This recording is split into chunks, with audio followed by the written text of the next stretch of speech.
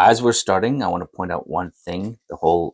I've been saving this since our inspection of the thing. The whole dwarf pose of last thing is your fault. Only reason why I'm sitting here like this is because my brother over here told me that like I keep banging the desk and it keeps making weird sounds on the speaker. So I was like, okay, don't bang your hands, just put them on your chest. And now the entire last time looked like I'm all pissed off, and he looks all relaxed. So if anybody has a good laugh at it, the dwarf pose is thanks to Charles over here. But let's get to the serious part.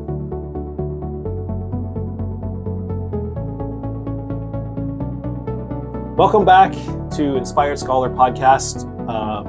My name is Charles. And I'm Martin. And here on this podcast, we basically like to muse and talk about everything relating to education. So what's our topic today?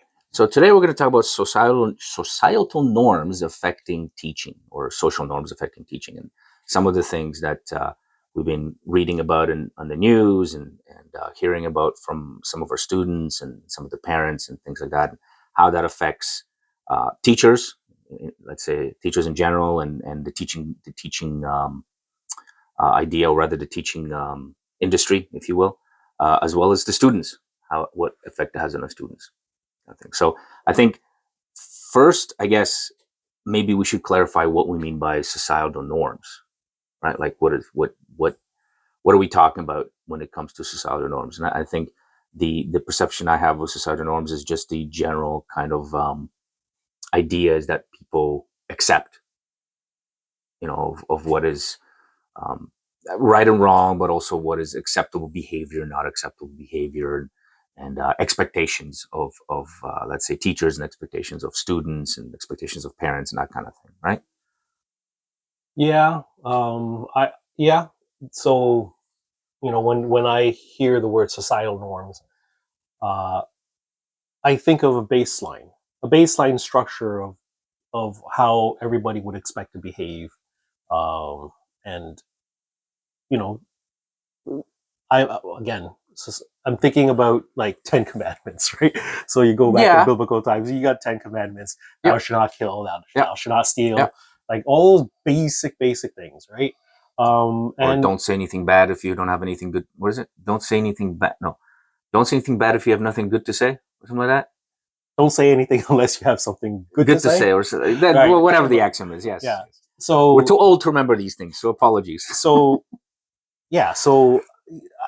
baseline rules and that we should establish. I think right now society is pretty much very much divided between leftist ideologies and right-wing ideologies. It's showing up everywhere it's weird. It's showing up everywhere in politics, in school, in work, and family life. And family life is it's one of those things where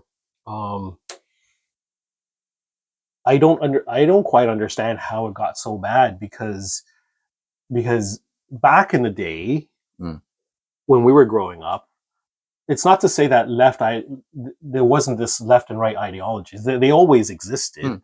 There was always people who were more progressive and people who are more set in their ways, and everybody still just got along, and everybody still voted who they wanted to vote for, and learned and taught what they wanted to teach, and promoted whatever they wanted to teach. I think it's weird now that with the contrast between left ideologies and right ideologies, I just find it very strange that people are all of a sudden just outraged at each other, saying, I get that, one side. It's a heavy object. Let me lift it. Oh my God, you're so sexist. Why? I'm a woman. I'm just as strong as you. Yeah. Okay. But no, I think like it's one thing to talk about it and debate about this, right? But then to have it so divided and have it be pervasive, going back to or education, not go beyond it, right? Not be like, okay, we have a disagreement, but does it really matter? Let's just go on with our jobs or our life or whatever, right? We can still hang out or still have a beer. We won't talk about that issue because we're gonna fight, but Everything else, we both Yeah. like zombies. So Yeah. let's talk about zombies. Yeah. So definitely, Yeah. I know, I know that I've been, been soul searching, you could say, right, Mm. for a period of time now, because uh, I've been wanting to better understand like a lot of the issues that seems to drive outrage these days, Mm. whether it's gender ideologies or political ideologies, whatever. Like I'm more prone to like investigate Mm-hmm. and dive deeper into these topics, um, and then but then at the same time, again, bringing it back to education, right? Mm-hmm. Like I think I think we I think education is still moving in the right direction in terms of educating and opening the doors for everyone. But I think the part that gets me is the outrage part. It's the I have to have it my way. I have to have it this way. It cannot be this another way, Mm. right? Whether if it's left or right, both sides they both have their issues of how they believe it to be. But then to not meet in the middle ground and to demand like that they have to have it their way. That's what bothers me. So, Right? like in your whole, I was just like taking off issues that I want to comment on as you go on. It's like, oh my, stop! I'm gonna get run. So the first thing is, I agree with you, but I was wondering if sometimes I kind of think maybe it's not a divide, but a dilution of culture. And like I've always, I used to have lots of arguments with some of the professional friends I had in my life about whether or not there's a democracy in Canada and things like that. And people, I personally never, I'm actually not really sold that there is, just because I've seen how Ottawa works, and sometimes.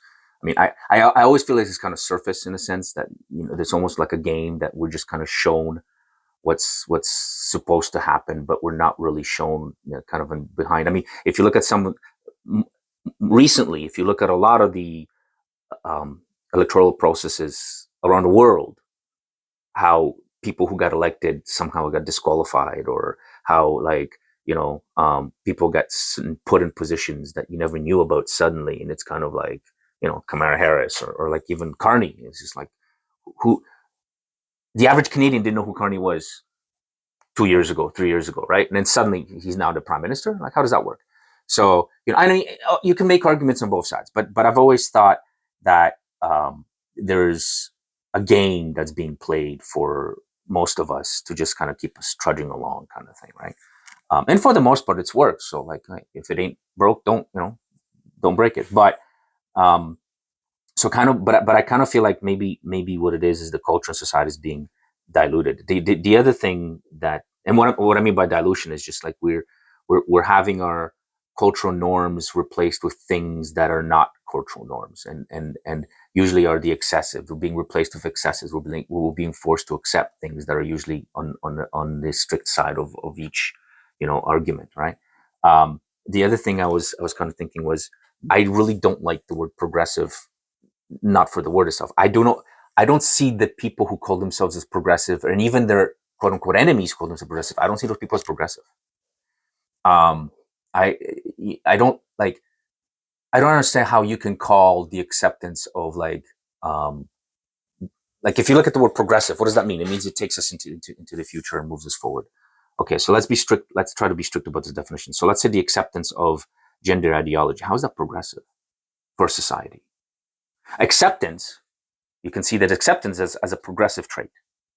However, if you were to, let's extrapolate, if everybody was transgender, society dies, because like well, maybe not Maybe dies, not but die, but but yeah, but yeah, I like, get it. I well, get no, it. it dies because it's dying now. We're dying now, and we have It's we have decline. It's in right. a decline. Well, declines quicker, let's say, because Yeah. we are every single part of the world. There, the birth rate is Yes. is plunging, right? Yes. So now you essentially have an ideology that just quickens that. So society dies faster. Okay, I mean, I'm being excessive, but It adds to it. It right. adds to it. So how is that progressive? Yeah. How can you call an ideology that fosters decline of human life? Essentially, I don't mean like human life in the sense of like quality and rights. quality of rights. I'm talking about just human being alive on the planet. How is that progressive? Mm-hmm. Well, so I've always, you know, like, I mean, again, that's why I've to me, just I feel like, you know, some of this is just in me, you know, because I was born in a communist country. I came to Canada, so I kind of, you know, my parents were in jail by the communists, so I have like a experience of this, right? And I've studied this, and you know, you kind of go to understand it. And a lot of the communist tactics that the communists use are being used by every government today. Even democratic governments are using these tactics, right? But if you go back to this whole idea is like, okay, so we're progressive, we're trying to move forward, but what is the direction we're moving forward? Right? And how is that direction? And again, so let's of course we should always bring we're not here just to gabble politics, we're here about education. So like, if you are talking about this is progressive, how is this increasing the knowledge capacity, the knowledge like the ability of a human being to learn? Because I don't, you know, talking, if anything, right, there are some arguments, there's lots of arguments, you know, let's say on the right, where people will say, well, by bringing in gender ideology to children, you're confusing them early. So if anything, you're actually, you're taking away from the learning process, right? You know, there's something to be said about having sexual education in grade school or high school or whatever. Those are arguments you can talk about. Grade school is probably too early, but let's say high school. But you know, but generally how the body operates in grade school. I mean, when we were kids, that's what it was, right? You generally knew how the body kind of operated in grade school, but sexual education didn't really start till high school. Yeah, right. Somewhere around grade 6 or grade 7 ish. Yeah, but you didn't really talk about sex with 6, 7. You just kind of like, it was just kind of like the cold hard facts, right? It was just how the body operates, how there was no kind of, but you didn't really have discussions of like the emotions involved in, say, attraction and all these kind of things and hormones until like health class, which was really not until like high school. Actually, in school, we never even got really into that deeply into emotions and things. Right. It was pretty much, like, it's interesting. I look back, and sometimes it's a debate between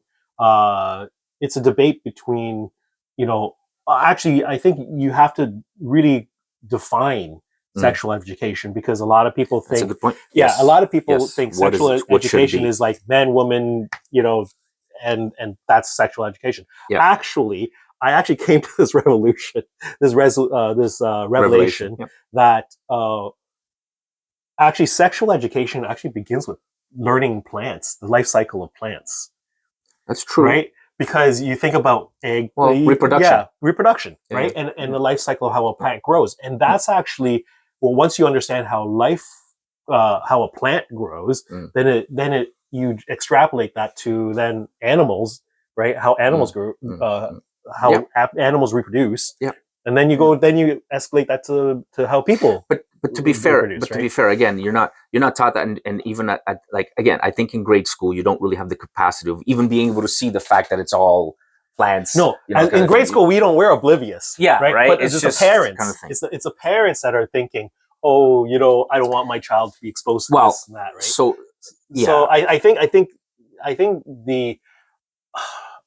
I think really we're at the point, and I see this, and this is going back to left and right ideologies, but how it relates to school, right?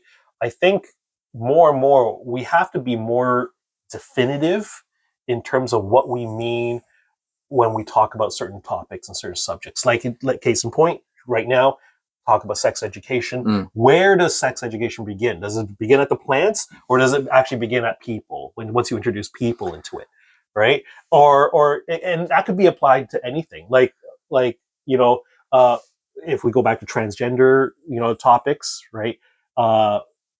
Exactly, what is the definition of a transgender person? But then, right? Because there's different there are different variations and different. So now we're going back to social norms. Right. Because the thing is, why, you know, I'm going to take a stab here on the thing. Why do you need to teach children about transgenderism and stuff like that? Okay. And when I say children, I'm talking about like 5-year-olds or 6-year-olds or this kind of stuff, right? I mean, I mean, if you're teaching your child, if you're teaching the child, like, first of all, like, my personal belief is a lot of this stuff has to come from the parents, right? It's a familiar thing. I think if you're going to, I think school, this is, to a certain extent, going back in time, our school wasn't perfect, but I think it was infinitely better than it is now. And one of the main reasons was, and we've discussed it before, a lot of it was parents and all this kind of stuff, cooperating with teachers. But one of the main reasons was that I felt like the schools didn't overstep Yeah. the education between school education and family education. Yeah. Right. And I think that's a very important thing where, I mean, and we will talk about parents' responsibility to the school, because parents do. But again, back then, parents did have a responsibility to the children. Generally speaking, the parent would want, if the teacher got ticked off at the student and called the parent usually punished the student. Now we're we're in an era where the parent gets angry at the teacher for punishing the students. And I mean, sometimes they may be right. I'm not saying the teacher's always right, but there's the dial has changed in the other direction, right? But I think if you, even with that, I think generally speaking, things like sexual education should be largely left up to the parents.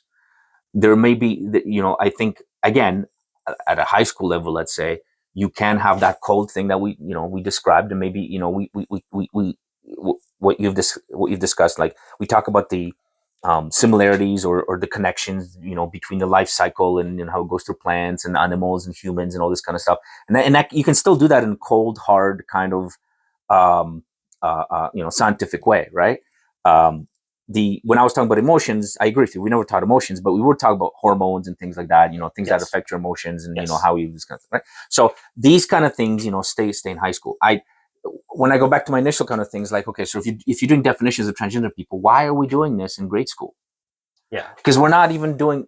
I think in grade school, like grade 3, you wouldn't forget the transgender thing. You wouldn't be talking about like sex to grade 3 students. You shouldn't be. No. Because it's just they're too young. They're not young. They're not adult enough to understand who self, like their self. They have no identity of themselves. They're still malleable and kind of stuff. So how are you, like, my point is, if you're a teacher and you are talking about people who are not sure what their gender is, because whether whatever you want to call it, transgenderism, gender dysphoria, this kind of comes from that confusion. If you are talking about people who are not sure what their gender is, to people who don't even know what don't even know what like, they don't understand what a boy and girl is. Like, I mean, maybe instinctively, of course, a little girl knows she's different than a little boy, obviously. Yeah. But that doesn't happen. That, I mean, even in grade 3 is like, what, 9 years old? That's still not hard. You still have girls who act like boys and boys like the girls. They still fight around. They're still basically thinking they're more or less the same. Yeah, I think. So why would you introduce those concepts at an age where nothing is solid? Yeah. Right. And I think that's the issue that a lot of people have, right? I think it's just we're looking at it like, and again, from the other side, I understand the whole idea is that you want to teach children that this is something that's normal and all this kind of stuff, or that it's not to be, it's not aberration, shouldn't treat these people any less and all this kind of stuff. But my answer to that would be like, well, how about just teaching respect? Yes. Yeah. Why? Respect for human beings. Yeah. Respect for differences of opinion. Yeah. Rather than say, right. Like, why not just make sure that children at that age are taught, like, hey, listen, maybe you think this way, maybe you think that way, whatever's right is, but just don't discriminate. Don't fight against this person. Don't hurt them, because you wouldn't like it if they did it to you, would you? Yeah. Right. So I just kind of feel like that was more or less the solution we had generally, and I know a lot, maybe some gay people would say like, well, that's never really worked because we've always been discriminated. Okay. Yeah. So, I mean, I'm not saying you remove, I'm not, again, this is always the extremes. Both sides take the extremes, right? Yeah. So I'm not saying that you removed all knowledge of these people. Like, you never mention, it's like, oh my God, this person was trans. There's a transgender character in the story. We need to remove the book. No, I'm not saying that. But I think like things like drag story hours and stuff like that for little children, it just doesn't make sense to me. Yeah, maybe going a little too far. Yeah, it just, at a certain point, you kind of have to start looking at what is the purpose? here, right? And if the purpose, if I think every single person who's a transgender advocate will say to me, the purpose is to make. Oh, actually, there's some crazy ones who probably would say that the purpose is to convert, but generally speaking, most normal transgender people would say the purpose is to make people aware of my existence, awareness, right? Yes. And I would say, okay, I gotcha, but at that age, that child's not aware of their own existence. So why don't we? Because I understand you trying to, like, intrinsically you want to have the earlier you teach us some kind of morality, the better. Why don't we intrinsically start, like, make sure that we have more of that civil education and, like, treat everyone with a certain level of I don't want to say respect, because respect is earned, not given. Too many people are like, give me respect. Like, why? I don't even know you. But, like, just kind of a certain level of decency. Yeah. Right. And just always understand that, like, you maybe not like them, you maybe hate them, whatever you may have your reasons. They may be valid or not, but you shouldn't take out those feelings on that other person, because you're not going to like it when they do it to you, right? And I think maybe that as that should be the focus of whatever moral education we have in education, right? And it doesn't, I feel like people get so passionate about this, particularly teachers, that they forget the end goal. Yeah. And then they're essentially brainwashing kids. Like, they're just trying to say, like, well, this is the way it is. And now, look, I there's a billion videos on YouTube about men and women, and I'm always astounded at 20-something-year-old girls who will argue with you because of feminism, that women are as strong as men. And it's just like, what?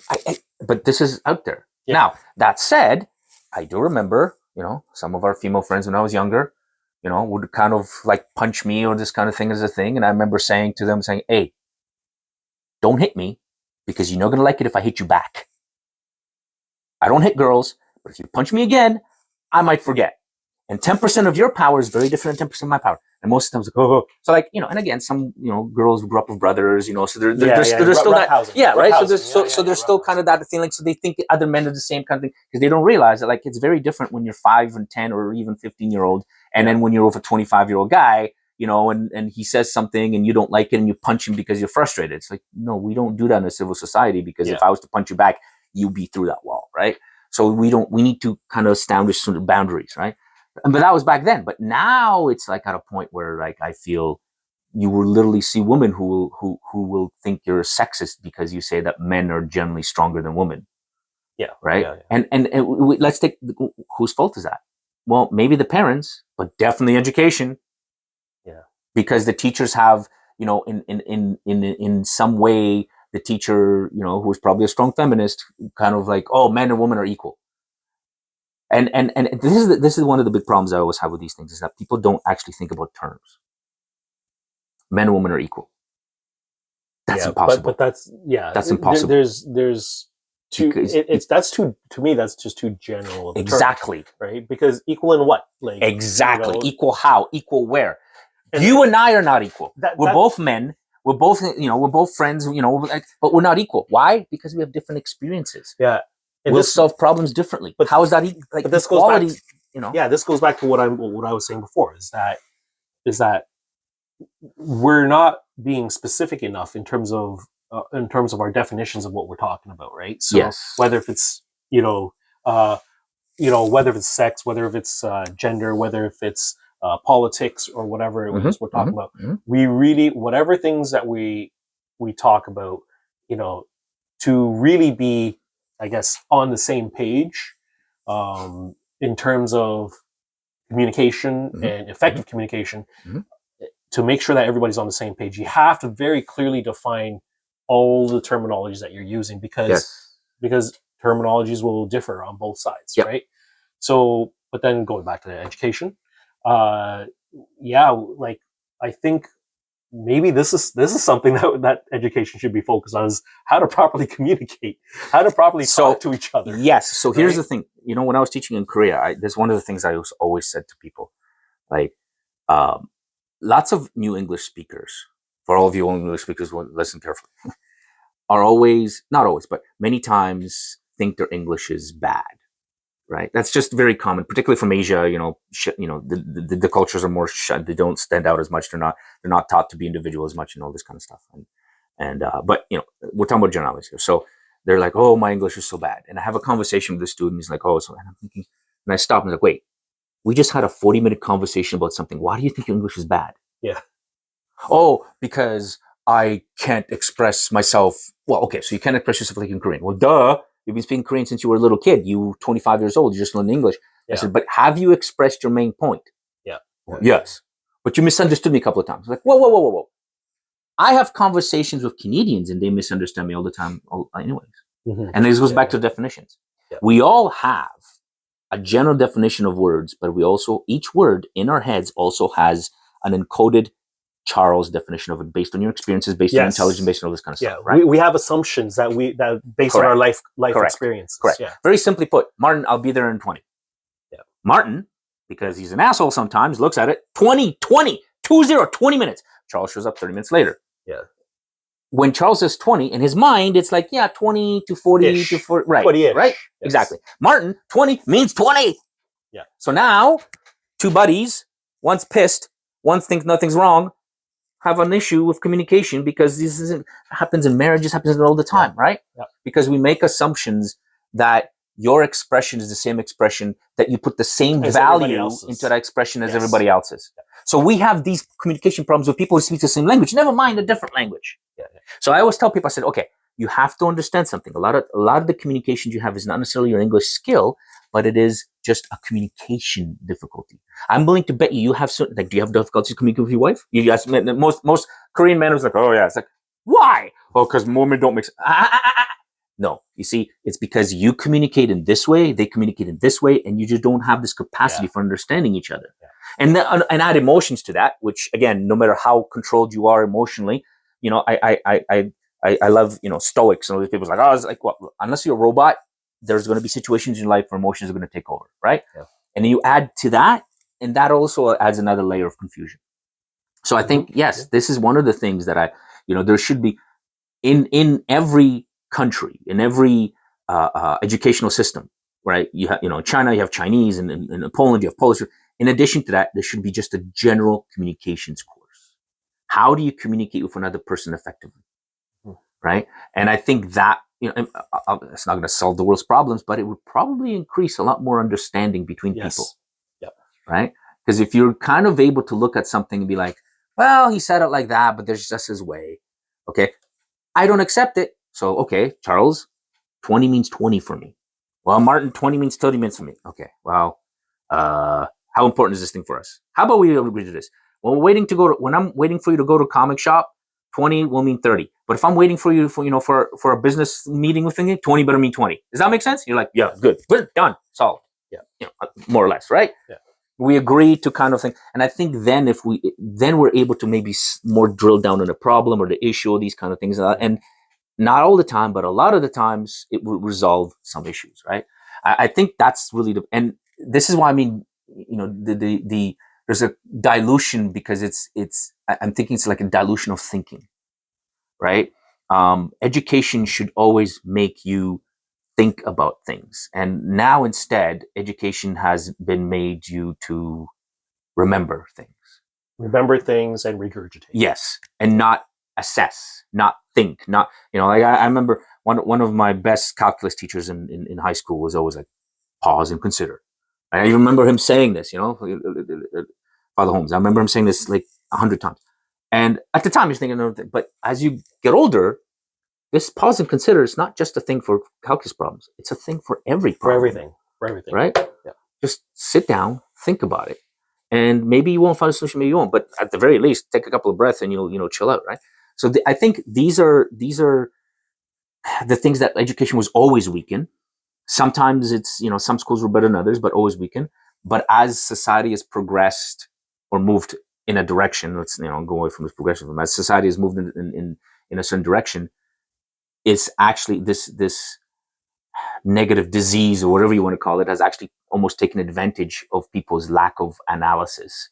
And as a result has, people's passions get higher and again, world to hell is painted with gold intentions, right? So a lot of the people who want to, jump down your throat to protect transgender people, they're probably good people. Yeah. But they just can't hear an opposite opinion because it's in their, they were never taught in their head to sit back and pause and consider. Yeah. Right. So I think, in terms of, and how do you, again, so let's, to inspired scholar, how do you go do pause and consider? You teach by asking questions, right? The Socratic method. You always, why do you think this? Why do you want this? Students all the time when we interview them, like, oh, what do you like? Oh, I like comic books. Why? Huh? Why? And it's always surprises me that the kid is surprised to be asked that question. Now, maybe they're surprised to be asked the question, but it seems like they never thought about it, right?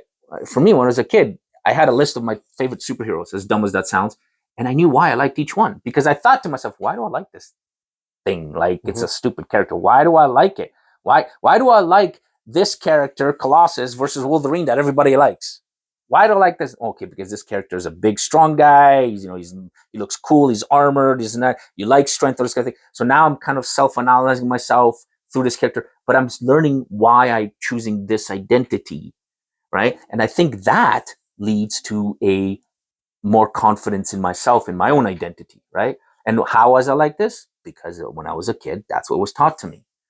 My father would ask me, why do you like this? My teachers would ask me, why do you like this?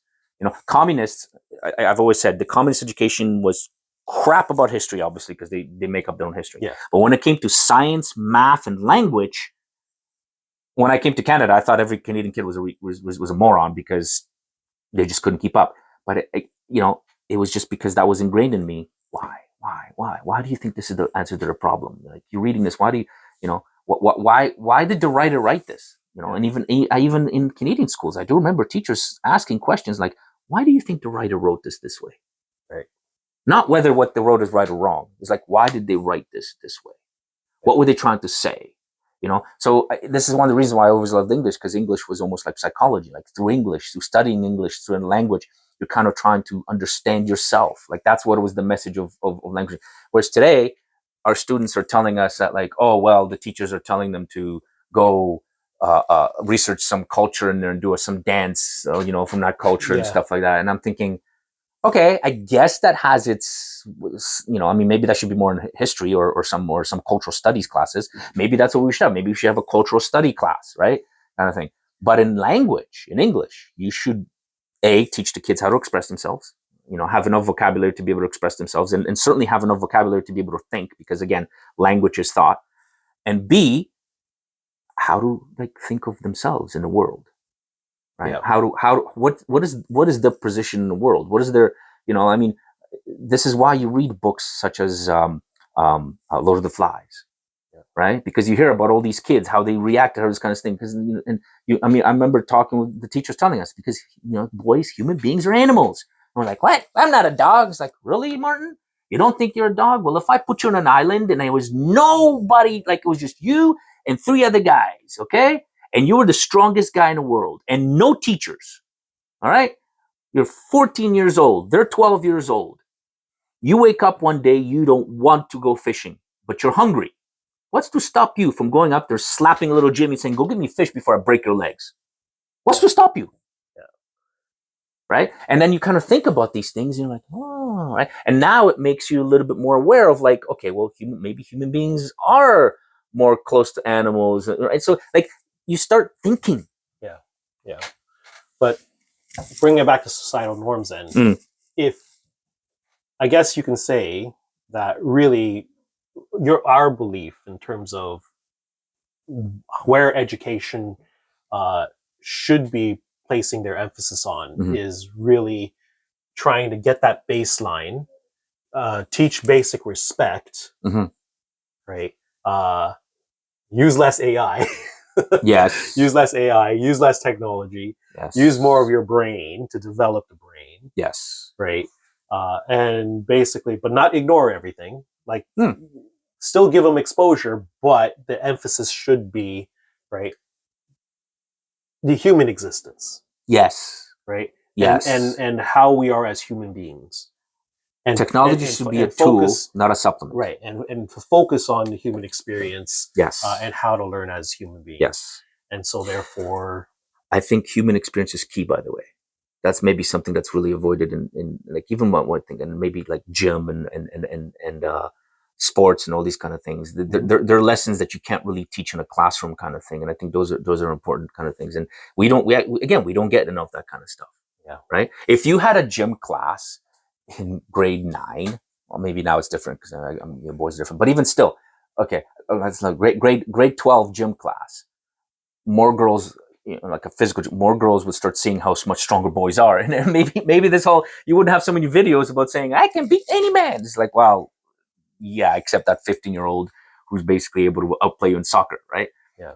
So maybe that would be some of the things that would be useful to kind of push some of these ideologies away, right?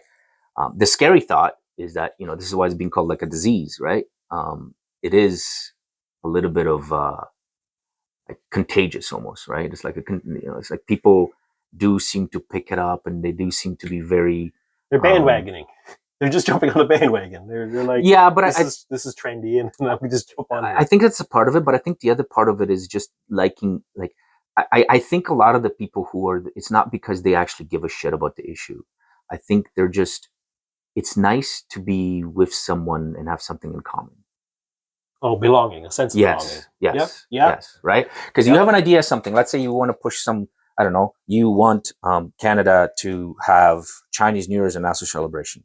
I'm not Chinese. I don't give a shit. But my wife is Chinese. And I don't really care. So I join you in this issue. Yeah. And we both together go storm, I mean, not literally, but, we write papers to Ottawa and the district change it. We want this as a national holiday. You're not pushing for it. Charles and I are one in this. And then we got five other guys, some, Mexican guy and some Spanish guy, whatever, right? Now we're a coalition of things fighting for this issue. Because it's not, I mean, who cares? Like, I mean, I know it's important to Chinese culture, but my point is in general, to the general world, nobody cares about Chinese New Year, right? That's how the Chinese, right? But it's an issue. And, maybe one day somebody sits down with me and says, Martin, why is this so important for you? And I think about this, I don't know. Yeah. I'm not Chinese. What do I care? Yeah. Right? It's true. But when I look at Chuck, it's this passion of this, and he wants it because it's his culture. He spent his entire life in martial arts to push his culture. I want to help him. I want to do, you know what I mean? And I think there's a ton of that out there where people are not doing it because they truly believe in the issue. There's that cohesion of togetherness and let's go fight for it, right? Yeah. And again, that goes back to the thing. You're not analyzing the issue, right? Like, you're not analyzing your contribution, not analyzing yourself. You're not analyzing further down the road the ramifications of how it may or may not affect you in the future. Exactly. Right? That's a 100%. Yeah. 100%. Yeah. Like, hey, Chinese New Year's a national holiday. Everybody's got to get a red envelope. I'm not giving a red envelope to every single Chinese person. Right? Yeah. Like, well, too late. That's the law. Everybody, every Chinese person, you voted for it. Every Chinese person on the street, you got to give them a red envelope, $20. Yeah. How many Chinese are in Canada? Oh, shit, I'm going to be broke, right? Yeah. Well, you should have found it out beforehand, right? That's exactly the point. People don't see the end potential result, right? They're looking at your either your pain or your happiness, or like you're focused on the thing, and they just want to get it, and that's to get on the bandwagon, but helping you be togetherness, and they're moving forward. And then 20 years later, Chinese New Year's a national holiday, and everybody's complaining because it's the law to buy a red envelope, right? Yeah. So anyhow, just to wrap things up, in terms of societal norms, yeah, definitely, we believe that schools should definitely make it more of an effort to try to teach more respect, teach more positive thinking, teach more along the lines of less, trying to jam information down people's throats. Just teach the analytical aspect of it, to say, okay, and individualism, teach individualism. Right? Absolutely. We're all individuals. Make sure that we respect each other's rights, right? And just all around, trying to establish that baseline for the human existence, to recognize everyone and just to respect everyone. But go back, recognize, but be true to yourself and recognize yourself, and not, like, this is what I'm saying, individuals, not teach,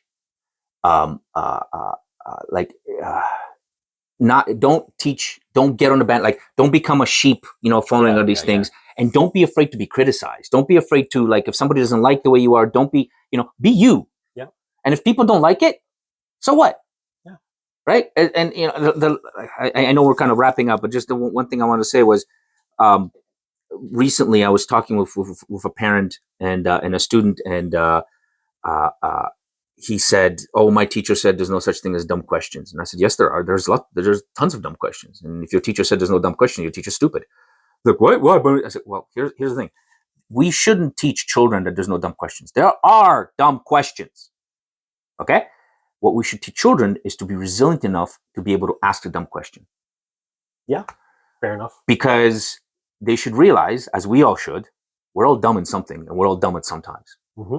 So I just don't like the approach that this is going back to, don't water down the idea of there's no dumb. There are dumb questions. I'm sorry, I mean, I don't want to go across, but there's tons of people. I think everybody watching this, the one person watching and the 20 million potential viewers will agree that there are dumb questions. You should say it. What's important for a young person is to develop the individuality and the strength of self to be like, okay, that was a dumb question, but I needed to ask it because of this reason. I know some people say ignorant, whatever. Yeah, we can quibble with the definitions, but the point is, we should be teaching children to be more resilient and stronger inside, not kind of saying that the world has to be weaker, because I think that's that's the problem, is that we're trying to change the world and you can't. You cannot change the whole world. Like, as much as people think, I always say, you think this is, leave Canada, go live in Africa, go live in China. You're going to really wake up what things are like. Right. So you want to change things. The whole, what is it? Gandhi, I think, said it, to change the world, change yourself. Start with yourself. Right. That's probably one of the most true statements there's out there. Right. Change your own characteristics, make yourself more individual, make yourself being able to ask those dumb questions. Don't be afraid of people judging you. Learn to, I mean, that's something I'm struggling with. Like, oh my God, what if somebody says something negative about me?